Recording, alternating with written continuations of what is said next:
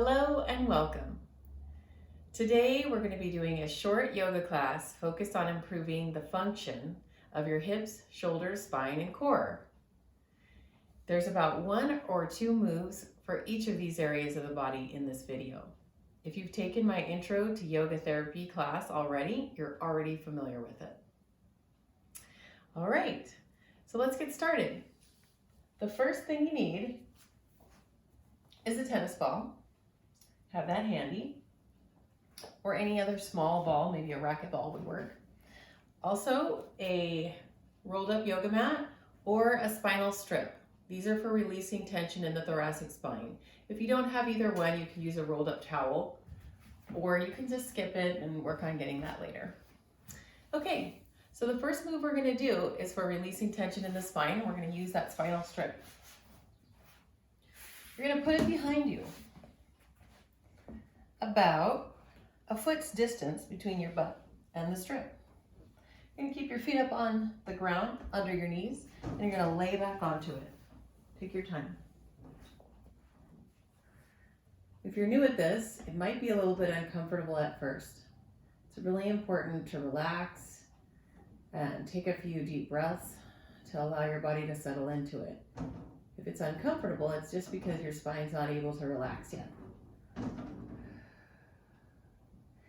So bring your arms out to the side about a foot's distance away from your body, if that's comfortable. Relax, focus on breathing and softening the muscles around your spine and your shoulders especially.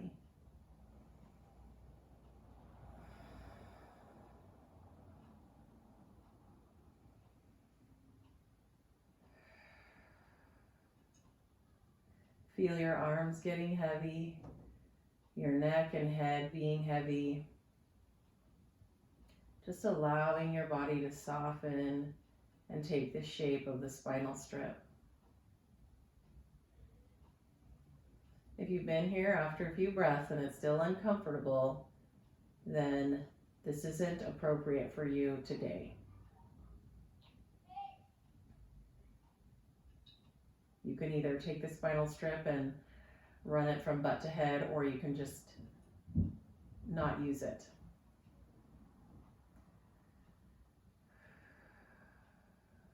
So we lay here for a couple of minutes, consciously relaxing and letting go. Feel your shoulder blades as they relax towards the spinal strip. Scanning your body for any tension you're holding on to.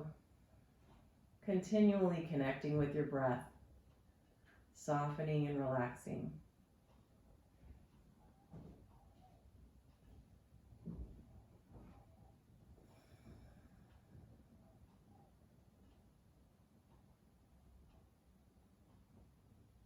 All right, our next movement is about the function of our shoulder blades. We're going to bring our arms up towards the sky. And right off the bat, you're going to relax your shoulder blades down towards the floor. You're going to let those shoulder blades hang heavy. You're going to let your arms be heavy and relaxed. Take some deep breaths here.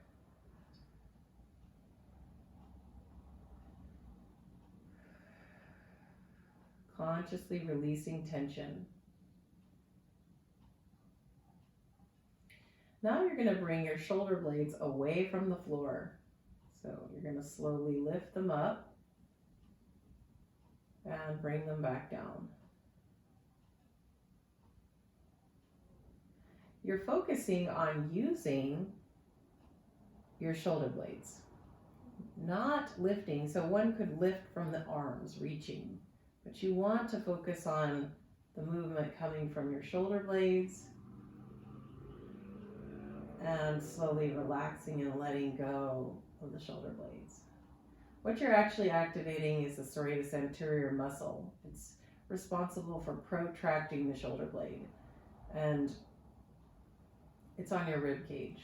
Maybe you might feel it under your armpit. But don't worry about that. Just focus on moving the shoulder blades up and down. Nice and slow. And if it's jerky on the way up or on the way down, Go slowly through it so you can build better connections between your mind and your body. If you go really fast, your mind can't catch up. Maybe you want to coordinate this with your breathing. Inhaling as you lift, exhaling as you go back down. Focusing on relaxing your shoulder blades completely. Notice if you lift, when you lift, if you start feeling your belly contract or your jaw, or you're holding your breath. If so, then just make your shoulder blade movement much smaller. Usually the smaller we go, the more pure or true our movement is. Sort of like taking baby steps to get where we need to go. And also, sometimes people forget to completely relax. So you really want to focus on letting those shoulder blades relax all the way down, so you can get some really good movement out of your shoulders. Okay, now we're going to bring our arms down. And maybe just take a moment to notice how you're feeling on the spinal strip. Then we're going to roll off and take the spinal strip off to the side and just notice how you feel without it. Take a couple deep breaths, letting all the air out. All right, now we're going to roll off to the side. For our next piece, we need to be near a wall. And you're going to take your yoga mat and place it so that it's facing up a wall. All right, the next thing we're going to be doing is tennis ball butt massage. You can do this standing up with the tennis ball between your butt and the wall, or you can do it right here like I am. You're going to put it on your hip and you're going to just roll it around. This takes a lot of shoulder, upper body work, so if this doesn't feel good to you, then obviously you're going to want to do it at the wall. I'm not doing it at the wall because my head will get cut off in this video. All right, so I'm just going to roll it around, breathe. There's going to be some tender spots and you're going to want to back off in those areas. You don't want to put a lot of pressure that causes you a lot of pain. You just want to gently massage the area of the hips. And we'll do it on both sides.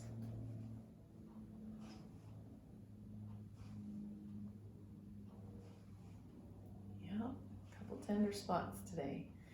Remember to breathe and soften and just not apply as much pressure. Okay, then we're gonna put the tennis ball away.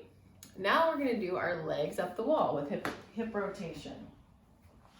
So you're gonna come towards the wall. You're about a foot away from the wall. Everybody's gonna be different. You're gonna put your feet up the wall. Remember, you want to have a neutral spine. So that means that you want about hand's width between your low back and the wall. So if you get too close to the wall, the low back will push down into the floor. So you want to get away from the wall, whatever you need to do to get into a neutral spine. And that will vary depending on people. All right, for me, this feels pretty good. And this is a great one just to stretch the back of the legs for a moment, maybe. Draw your toes towards your face and stretch the back of the legs and release. All right, so our first move, our only move at the wall today, is going to be hip rotation. You're going to cross your right ankle over your left ankle. Let your right ankle slide down towards your left knee and just let the knee relax towards the wall. Don't force it towards the wall, just relax it. And notice how it feels. For some of you, this will be tight. You'll notice a tightness already. For others, it will feel fine. All right, you're gonna slowly bring the inner thigh in and relax it back out. You're going to bring it in and relax it back out. You can put your hand on your belly and your hip. The goal here is to keep your abdomen and pelvis still. The only thing that's moving is your thigh bone in your hip socket. We are moving the rotator muscles of the hip joint. And maybe you can feel what's happening on your butt. That's where your hip is. You can put your hand there and see what's happening. But you can also just feel it. You're going to go slow. If you feel jerkiness, then that's a sign that you can improve the function of your hips by slowing down, moving through that jerkiness, giving your mind and body time to make new neuromuscular patterns. Okay, let's bring the leg up the wall and do it on the other side. Just slowly relaxing the thigh out to the wall. So for some of you, if your hip's tight, it'll be a lot just to relax it. For others, it'll be harder to bring it in. So everybody has different things they're working with here.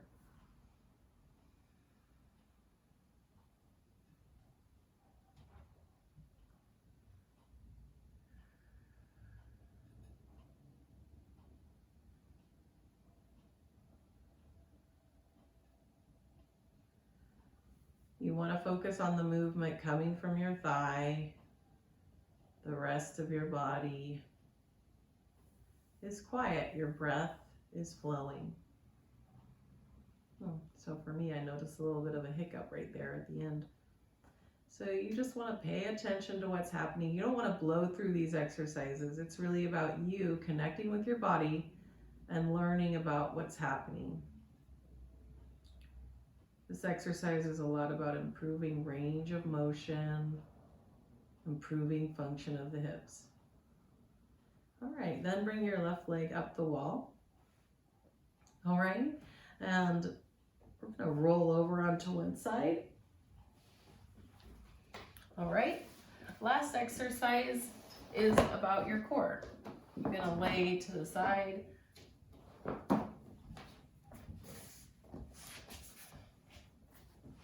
So you can see me, although you're not going to see too much. Your feet are on the ground, your knees are bent, upper body's relaxed. Putting my hands on my lower abdomen. The exercise we're going to do is called knee drop. It's the most basic core exercise you can do besides just contracting your pelvic floor. What we're going to do is you're going to drop your right knee out to the side. And your goal is to keep your pelvis flat and stable. You don't want it to tilt over as you drop your knee to the right. So you're going to be really conscious of how far you can go without tilting your pelvis, or compensating by bringing your left knee out to counterbalance it. Sometimes when we go out to the right, the left knee goes out to the left to try and help balance the pelvis. So what's happening is your pelvis is stabilizing. So slowly drop one knee to the right knee to the right, and then bring it back in. And then try it on the other side.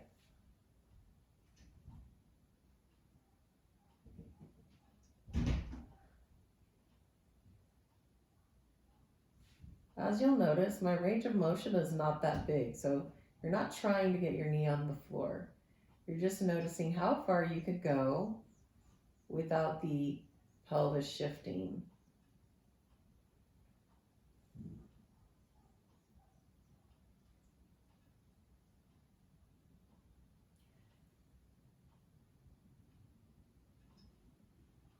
Okay, so that's the knee drop exercise. Your core is evoked. It just comes in and helps you out as it can. But you can also kind of teach the core and give it some new ideas. So what we're going to do now is we're going to add our pelvic floor and corset muscle contraction to help helps support the pelvis when we do the knee drop exercise. So bring your awareness to your pelvic floor. That's where all your sphincters are. Gently contract them, pulling them in, and then letting them go. Nothing else should be tensing up, not your butt cheeks, not your face, not your shoulders, just the muscles of your pelvic floor. If you're feeling like this one is hard, then you want to stay with this for a while until you get stronger. Pelvic floor. Then if you've got the pelvic floor, you're going to then pull it in and see if you can connect it with your transverse, which is that corset muscle. You're going to feel a flattening of your lower abdomen. You can put your hands here. Sometimes making a shh sound activates it. When you're activating the transverse or the corset muscle, there should be no moving of the pelvis. It's just a muscular action contracting inward. All right, so we're connecting our pelvic floor to our corset muscle. We've got that. This takes a lot of concentration if you're new at it. And then you're going to drop your knee out to the right and then bring it back in. The whole idea is this gives it a little bit more support. Let's do the knee drop exercise a little bit more. It's a lot to think about. If it's too much, just focus on one area and work on that.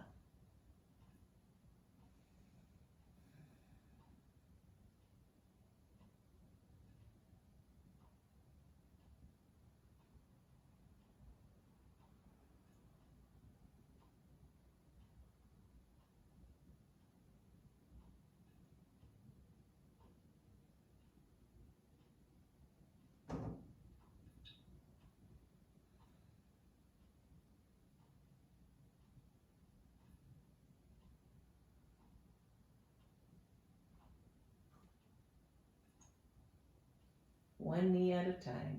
Take your time.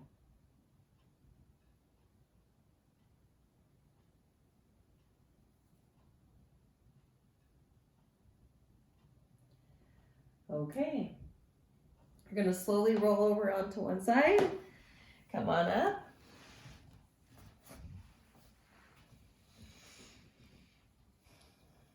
That's our short yoga class. Thanks for coming. Namaste.